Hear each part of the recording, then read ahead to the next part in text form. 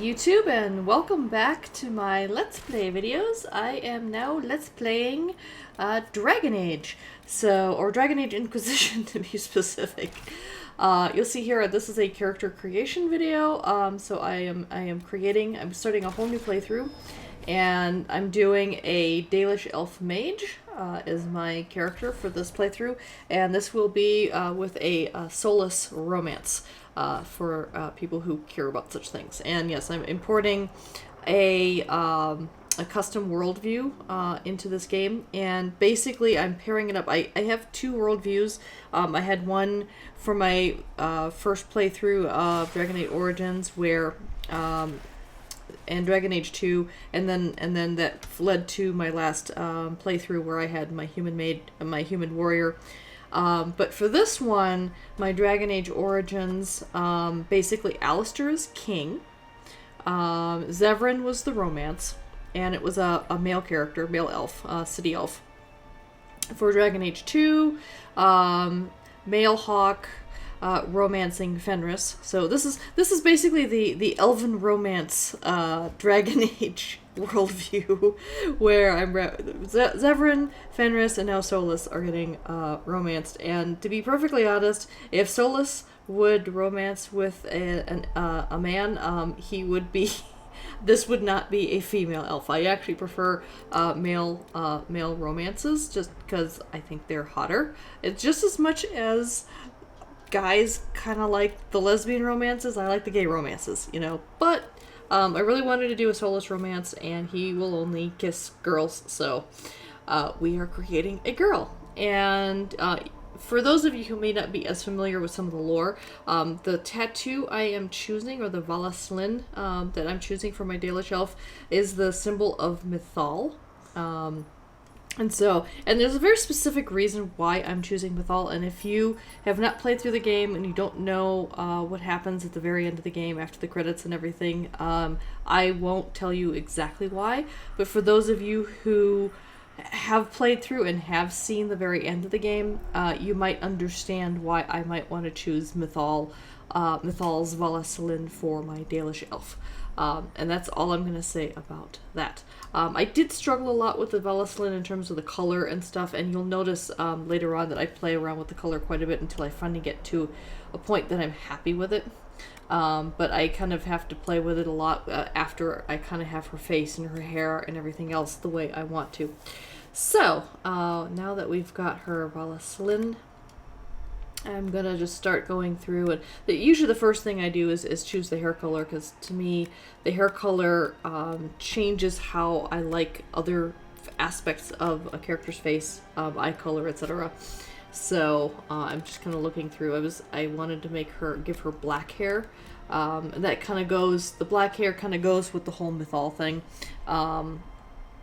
So anyway, and I don't like this particular hairstyle, so I'm gonna play around with this.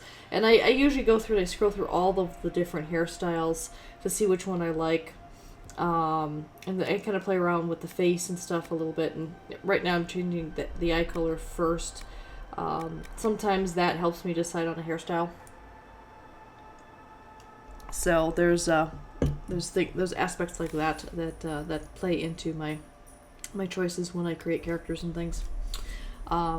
As I'm kind of mucking around with all of these settings and everything. So yeah, I have been like totally obsessed with Dragon Age, and I haven't recorded any of the gameplay up until now, because I was just really wanting to just focus on the game and just play it and things. And now that I'm really familiar with the game and everything, I feel like I can better do a Let's Play, I can better speak to what's going on and everything else, and that kind of thing. So I know some people kind of like the first time reactions to things in games and stuff, but since I always do my voiceovers after the fact, I generally don't have my reactions aren't genuine anyway, so why bother? I have, with my obsession with this game, I actually have started writing fan fiction. I've actually been, for the last few months, I've been writing a lot of fan fiction on, there's a website called Archive of Our Own, I will put a link down in the description below. You can check it out if you want to, and you can read some of my fan fictions. I warn you, again, like I said, I like the gay romances, and I like the gay non-canon romances for my fan fictions. I like Zevran with Alistair, which a lot of people are like, no, Alistair, no way, but, you know, you write the dynamic of those characters together, and they're actually pretty sweet together. It's actually fun to write, even though I haven't done much with those two. But I have done. I like Anders and Fenris I just together. hope I can help. Oh yes, the voice testing. Everything you've heard, completely true. I do like the British voice for the females, especially for the elves, better. Everything you've heard, completely true. I was trying to figure out. There we go. Here comes the American voice. Everything you've heard, completely true. See, I don't like As that long as voice. the job gets done, I don't care about the rest. See, I don't like that voice for elves. The American voice I like for the Kunari, if you're playing a Kunari, but for the elves it just doesn't quite seem to fit properly. It's too deep of a voice for an elf, in my opinion. I don't know. It's just me. So anyway, so that was the voice testing there. But yeah, going back to the fanfictions there, right? So I like Anders with Fenris.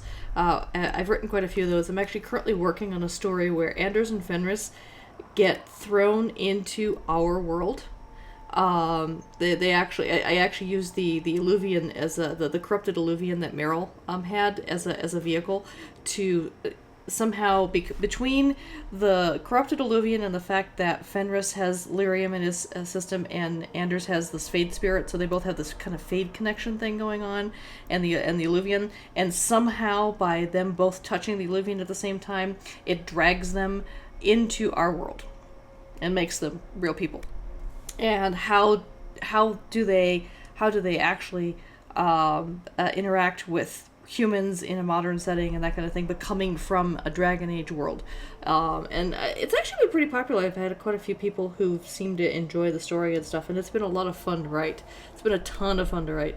It's called Dimensional Dislocation, if you're at all interested, and I'll post a link to my profile on Archive of Our Own below, where you can link and take a look. I will warn you that most of my stories are not safe for work. They're sexually explicit. Not all of them. I actually have ratings, so anything that's rated teen, T for teen, is not going to have anything explicit in it whatsoever. But I do have the explicit ratings for the ones that are explicit. So just as a heads up, if you look at any of them, just watch the warnings, watch the tags. If there's anything that you find as a trigger or whatever, please don't read anything that's going to bother you or anything like that. But yeah, so I got those. Oh, and one of my other favorite romances is Cullen with Dorian from Dragon Age Inquisition. And if you haven't played through the game, Dorian is the well-known gay character in the game. He is exclusively gay. He will not kiss girls. He'll flirt with anyone, but he will not kiss a girl or romance a female Inquisitor. Now, Cullen will romance females, but he'll only romance humans and elves. So I could romance Cullen with this character if I wanted to, but I'm specifically focusing on Solas, so I'm not going to flirt with Cullen. And for those of you who have played the earlier games, you might remember Cullen from Dragon Age Origins. He was the Templar that got stuck in the barrier at the top of the Circle of Magi Tower, and was tortured by the blood mages and the demons and things. Poor guy. And then in Dragon Age 2, he got sent to Kirkwall, and he was the knight captain of the Templars at Kirkwall, and he had to deal with all of that mess. And so now he's stopped being a Templar, and he's now serving as the commander of the forces of the Inquisition.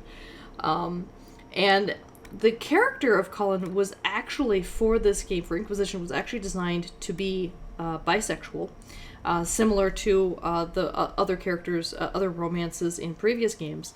But according to the game designers, they ran out of time, and they had finished all of his male-female romances, the dialogue, the character design and everything, and they ran out of time to do the character design for him romancing a male. So we're stuck with a straight Cullen in the game, but a lot of people are upset by this, and so there's actually a mod out, or they've already created a by Cullen mod, so that a male Inquisitor can romance Cullen.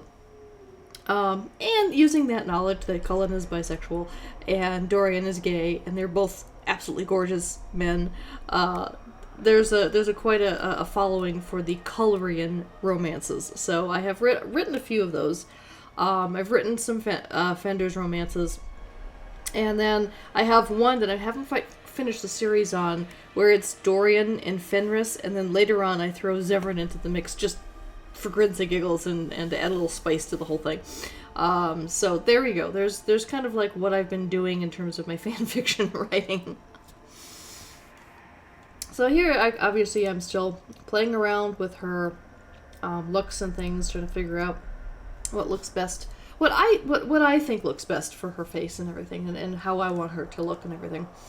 I'm trying to make her somewhat pretty, but she's gonna be the Inquisitor. She's this person she has to take on this very strong leadership role, and I wanted her to kind of look like a woman who can take who can take charge and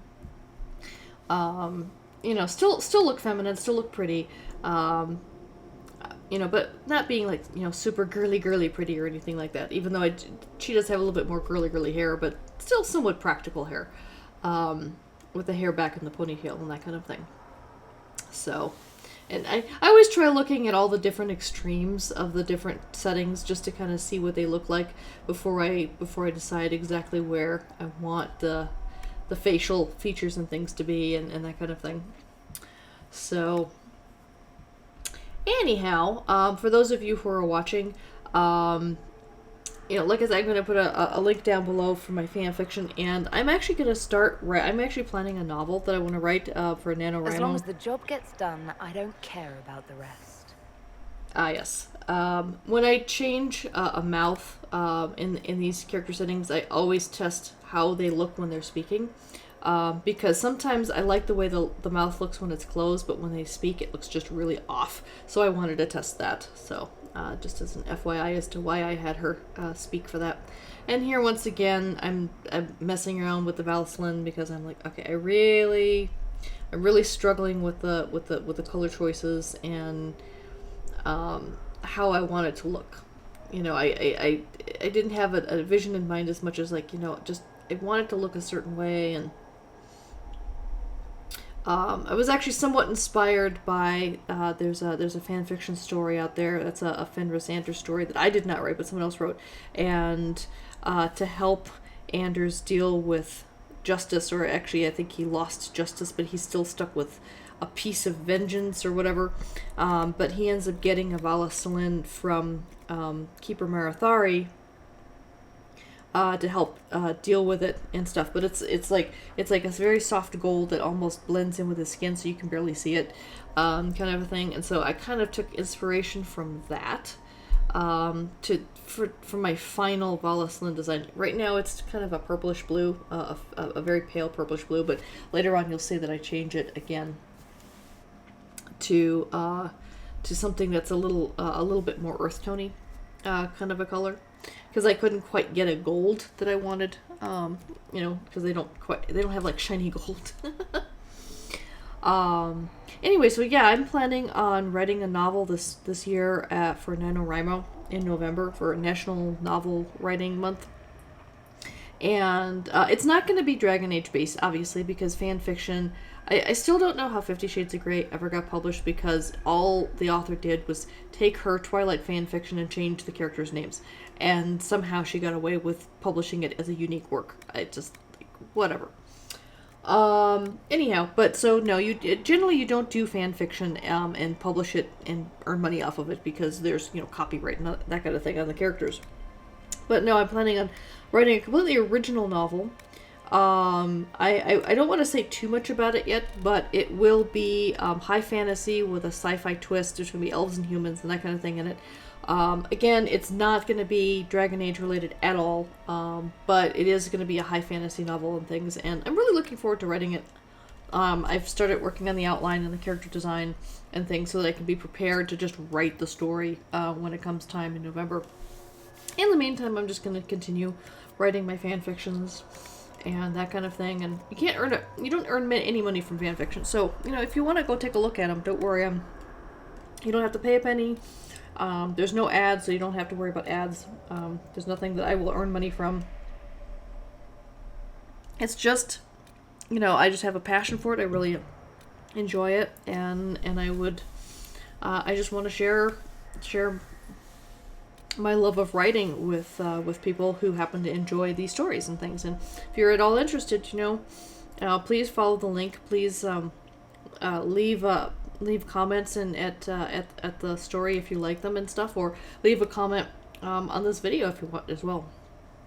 Oh, and going forward, the future videos, I probably won't be talking as much. I'm just babbling on here today, but there's no dialogue. But Dragon Age has a lot of dialogue in the game.